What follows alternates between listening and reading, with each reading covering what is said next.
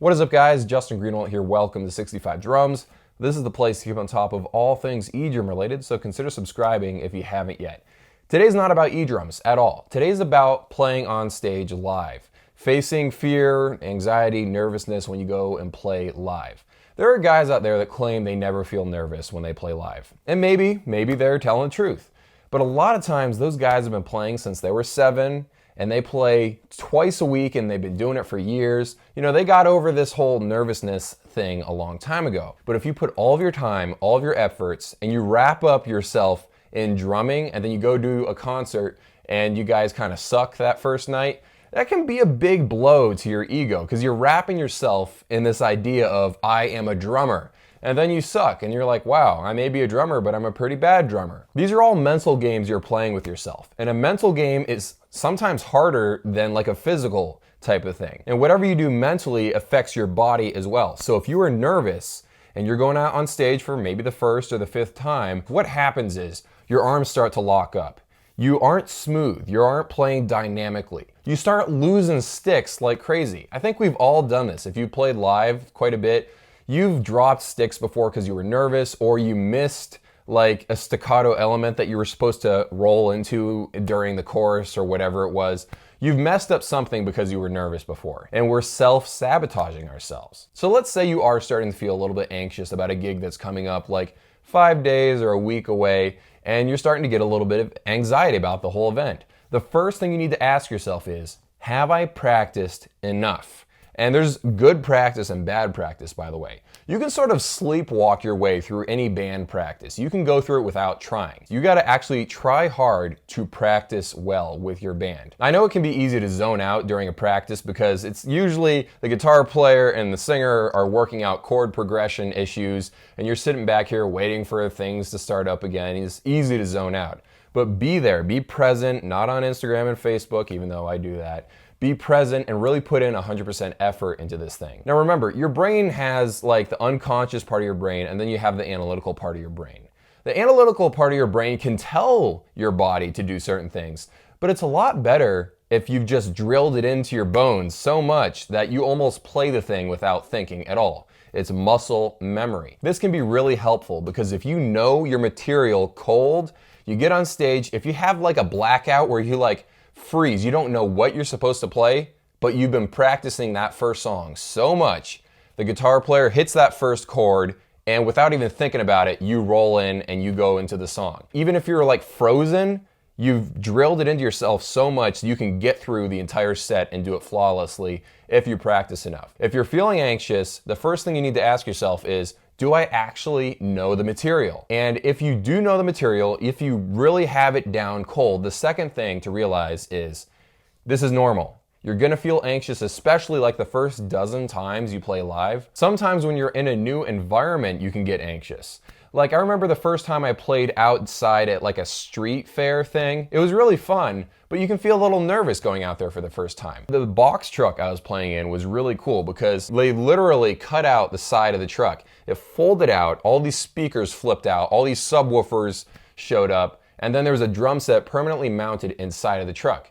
The drum heads on that drum set were trash, but they were Zildjian A Customs, which are some of my favorite acoustic cymbals, so it was a really fun experience. My favorite saying of all time on this subject is, feel the fear and do it anyway. You're gonna get nervous, just go do it. You've all been nervous before a test, you've all been nervous before a job interview. This is the exact same thing. You just need to loosen up and not be so serious about it. As a quick side note, believe it or not, anxiety used to be a really good asset. Back like a few thousand years ago when humans were traveling in groups of about 25, you didn't want to make the people mad because those 25 people were your lifeline. You probably only saw maybe 50 people your entire life.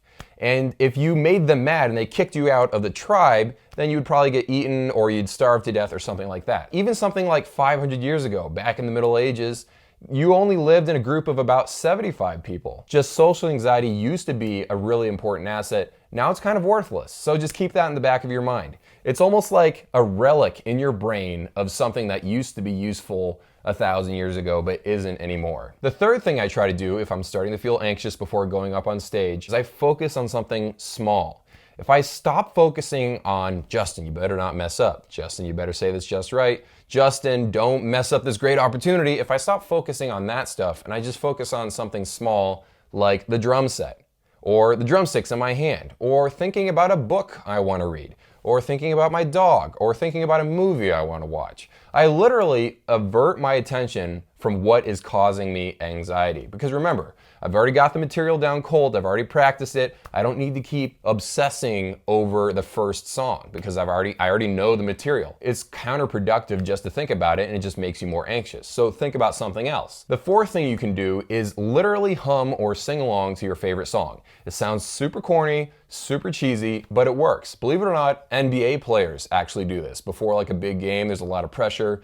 If you hum, your brain, it does something with your brain. Just try it sometime. I've even done this before going on to a job interview. And get this, it brings your attention back to the music. Because remember, this whole thing isn't even about you. It really isn't. Like, it's about the entire band. There's probably 5, maybe even 7 of you. You're only one piece of this machine. You're like a really important piece of the machine, but you're only one piece of the machine. Stop taking it so seriously and get focused back on the music. It's your job to be the backbone of this song. And be sure to actually try to have fun. Like, if you try to take this way too seriously, bad things will happen. The last thing I want to mention is that even if you completely mess everything up and you just ruin all the songs on the entire song set, which is really highly unlikely if you've done the practice, you've done the work, even if everything goes wrong, what's the worst thing that can happen? The band wants to go find another drummer.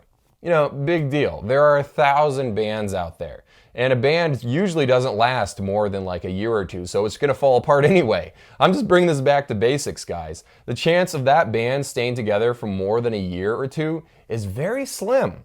So it's not even that important in the grand scheme of things. You've got decades of drumming ahead of you. This one concert is like this tiny little insignificant speck on the horizon. So just remember, don't take yourself too seriously and just have fun. I know it sounds super cheesy, but sometimes the most cheesy sayings are the most true. Hope you guys have an awesome day. Thank you so much for watching. I'm making multiple videos a week right now, so consider subscribing if you haven't yet, and I'll see you guys in a few.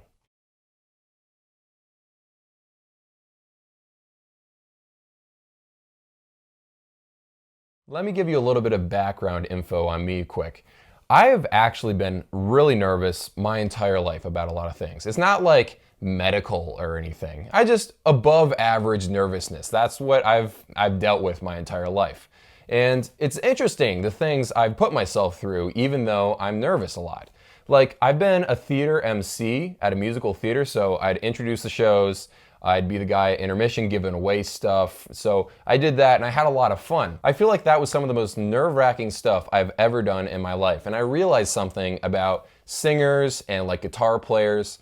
They actually have a bigger battle than drummers. Because if you really think about it, the drummer goes and opens his little door to his little drum cage, his little cave, and then sits down behind a massive formation of wood and metal and then puts on his headphones. Like, you're bunkered down. With a singer, all they got is a microphone. This is the only thing standing between them and the audience. It's a psychological thing. I feel like I'm more exposed when I'm not sitting behind a giant object. And also, like with a singer or something, their charisma carries the band. Like, a good drummer can really help propel a bad song and at least make it decent or slightly good.